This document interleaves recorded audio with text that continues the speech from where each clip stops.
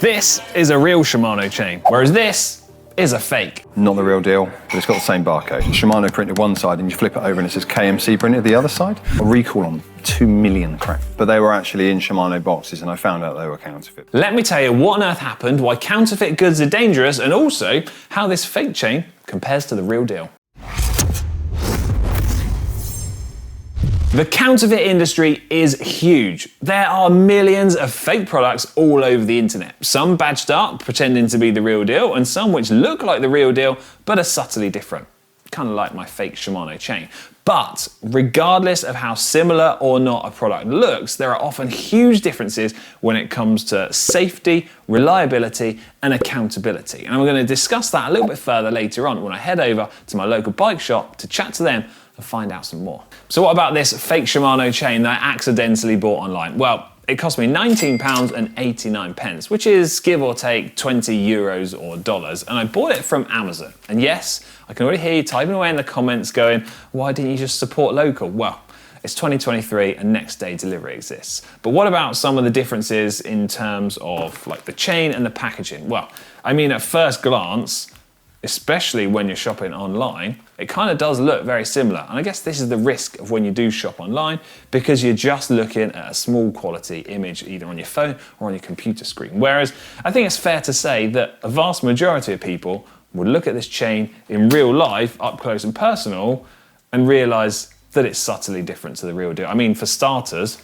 nowhere on this box does it actually say Shimano. It's just got Shui Mao written on the back. Lots of the other text is very similar. The colours and the theme and the design of the packaging almost near identical. When it comes to some of the model codes are pretty damn similar. We've got CN-HC 701-11, whereas the real Shimano chain is HG 701-11. In terms of the weight of this fake chain, well, a real Shimano HG 701-11 chain that's 116 links long is 257 grams. That's what Shimano say on their website. So let's weigh this on my scales. Actually, let's zero that first. 259 grams, 2 grams more. I'm going to count that as basically weighing the same. Now, price-wise, I've already explained how much the fake chain was, but it's actually half the price of what Shimano's recommended retail price is for the equivalent chain. Is it half as good? Well, I've got no idea, and that is potentially what leads us on to some of the main issues here, is that we're kind of going into the unknown with counterfeit goods because we haven't got any of the information, data, and quality control that is being reassured to us from such a big brand, whereas with this thing, I've got no idea what's going on. Now, in terms of tolerances, well, I've made a basic chart here that I've compared where measuring some of the differences earlier with a vernier caliper. So I'll put that chart up on screen now, but I do think it should be taken as a snapshot into the differences rather than a NASA level piece of accuracy. But it does show the variations between the measurements. As to how that's going to affect the shifting quality, the reliability of the chain, or the fact whether it might just snap as soon as I cycle uphill, I've got no idea. And there's only one way to find that out, and that is to put the chain onto my bike, go for a ride to my local bike shop, and then talk more about counterfeit goods. Here it is, fake Shimano chain. Wish me luck. Okay, so far I've survived. There's been no dramas, no snap chains, and I've not died just yet. That's slightly dramatic. Yeah, chain works just as planned. Shifting works just as planned. So, yeah, initial off-the-cuff thoughts, no dramas.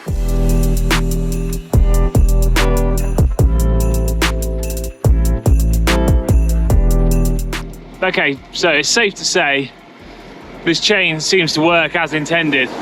I'm only riding 10, 15 miles across to Pronto bikes, but what I do want to dive deeper into the subject of is counterfeits and fake goods in general, and how that affects local bike shops, and in turn how that affects us as consumers, so we can make sure we avoid these kind of problems.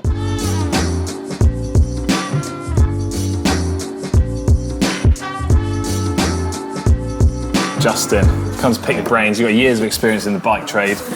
I want to talk about counterfeit and fake chains and goods in general. We've got the chain as an example. How is it that do we have this as a problem in bike shops? Is it like something that you don't have to deal with? Where do you want to start? Well, we don't really see too much counterfeit stuff. Obviously, we won't deal with a source that would supply us the chain that we don't know the origin, so we don't know where this has come from. This could come from, out of nowhere. So I mean, obviously you can see they look almost identical. And I mean, the boxes are unbelievable how like similar they are. Yeah. So when you say you deal with getting like chains at the correct sources, like how does that? Like, give us like an explainer of that. I guess you go from a distributor that's authorised to sell stuff. So Shimano, in this instance, comes from Madison. Yeah. Madison is like, it's been the Shimano distributor for 30 years or so. So you know that you're buying from an original source. So actually you're buying a package and a product that you know has come from the original place, the place of origin. It's come from Japan, and they must make millions of these chains a year. Yeah. There's no question. Obviously, there is counterfeit stuff in the market all over. You know, you'll see counterfeit bikes, for instance, that you'll see bootlegged out of AliExpress or something, and you have seen them. You know, I've seen them come in. You know, you'll see a Pinarello suddenly with an English thread bottom bracket, and you think, oh right, so that's not an actual Pinarello, it's a Chinarello. Yeah, there you go. So, but you'll see this. But hey, I mean, what I would be cautious of with anything like this, if you don't know its origin, you don't know what it's made of. Yeah. Like any bike. I guess it's like the safety element of that. And exactly that. Yeah. So you could fit this to your bike, you could ride down the road and it could snap. And then where do you leave yourself? You don't know where you are. Yeah. I mean, you could.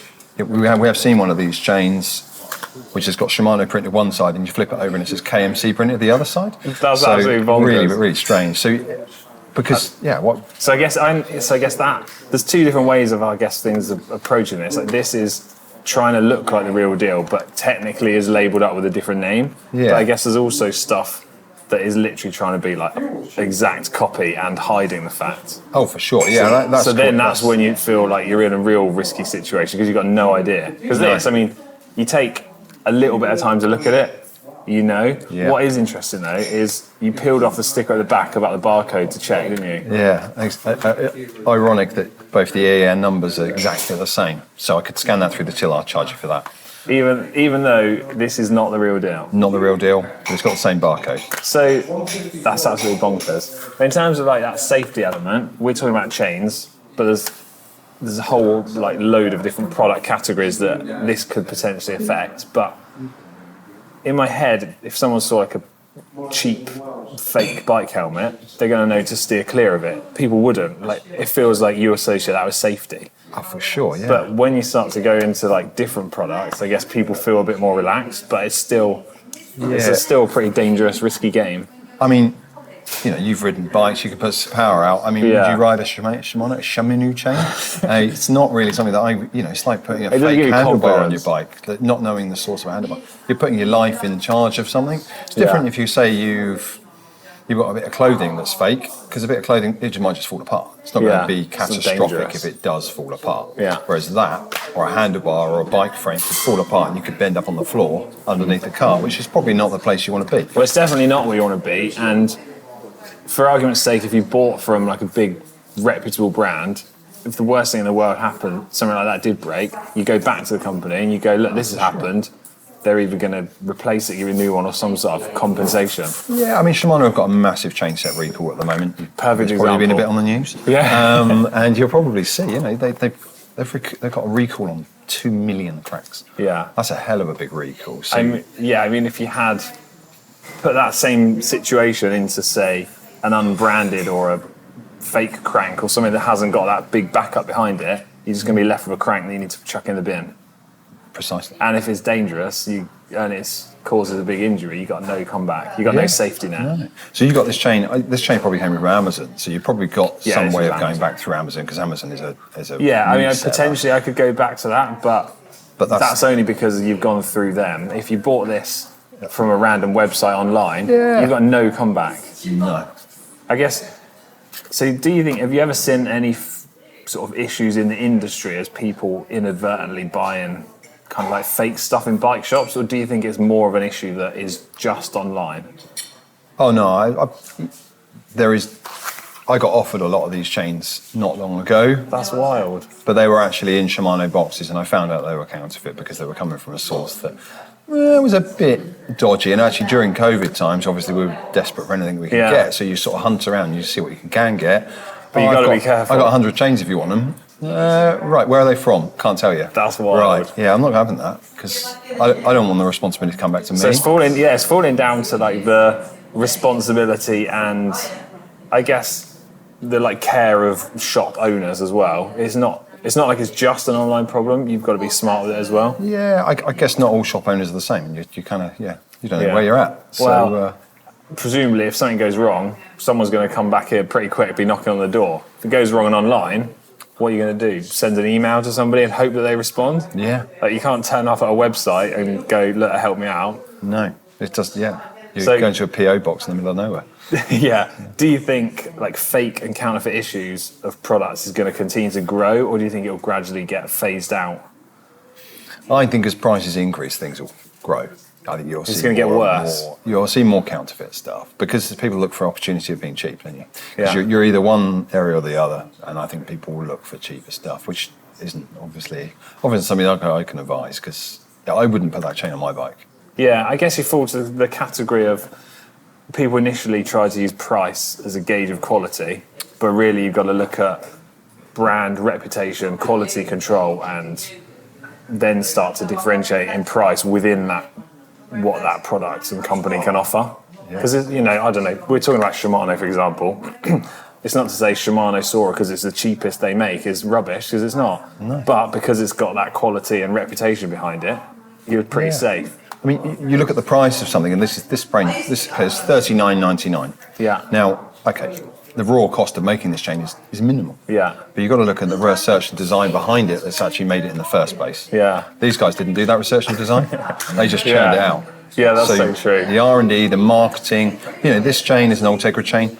A lot of this stuff, pays for the marketing of sponsoring teams, like Ineos, etc. So that's so true. That's where your money goes. Your money's not just paying for a chain; it's paying for the desirability of that product as well. So that's a good point, actually. So do you think there's like certain brands that are not more susceptible to being copied or like faked or counterfeited? Exactly. How do you think it would differentiate? Do you think we're going to see random brands, or is it like big name heritage stuff? Why would certain brands be focused on? I don't think you'll get a copied, entry level bike, because what's the point? Yeah, You're trying to make something cheaper that's already cheap. Yeah. So it's more difficult to do that anyway. So it tends to be like big brands, you think? It's premium brands. So we have there's levels of category that the cycle industry works on. It's premium, mid, and low. Yeah. So the premium categories are going to be the ones that are going to be targeted. So that's this sort of Ultegra level chain and up. I would have thought. I don't think you'll get a fake Sora chain because a Sora chain at 20 quid is probably cheap enough. I guess the same principle applies across the bikes, like you've said about Pinarello, big heritage brand, premium price tag. It opens itself up to people maybe trying to copy it and knock the price down and sell it as the real deal. Yeah. All right, well, potentially doom and gloom for the future if we've got to watch out for more of this stuff. Yeah, I think just be careful what you buy. Buy it from a quality source. All right, reputable source, try and stay safe. Also, support local. There you go. Yeah, thanks. So, if fake components and bikes are as much of a problem as it seems, what are the genuine brands doing to protect themselves and help us as consumers? Shimano has its anti-counterfeit program where they work with relevant authorities to help facilitate administrative and criminal investigations against counterfeit goods manufacturers and distributors.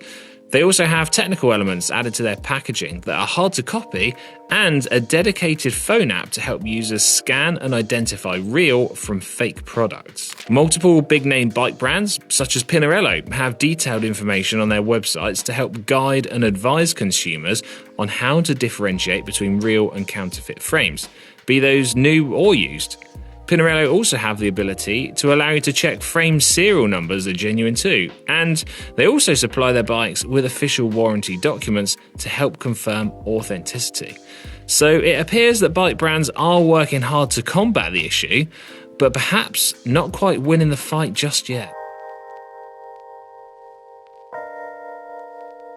Well, there we go. So, turns out counterfeit and fake goods is actually a pretty big deal. And from the discussions I've had with Justin, it doesn't sound like the problem's going to just vanish. If anything, it could potentially be getting worse. But what is important is to take away some of the advice and information and how shopping local and being smart with the products you buy can mean that you avoid running into any problems. And most importantly of all, stay safe. Right, let me know in the comments section down below your thoughts on fake and counterfeit goods, and if you've had any experience of them as well. And well, for more bike tech related videos, subscribe to GCN Tech. Right, I'm out of here on my fake chain. See you later. Wish me luck.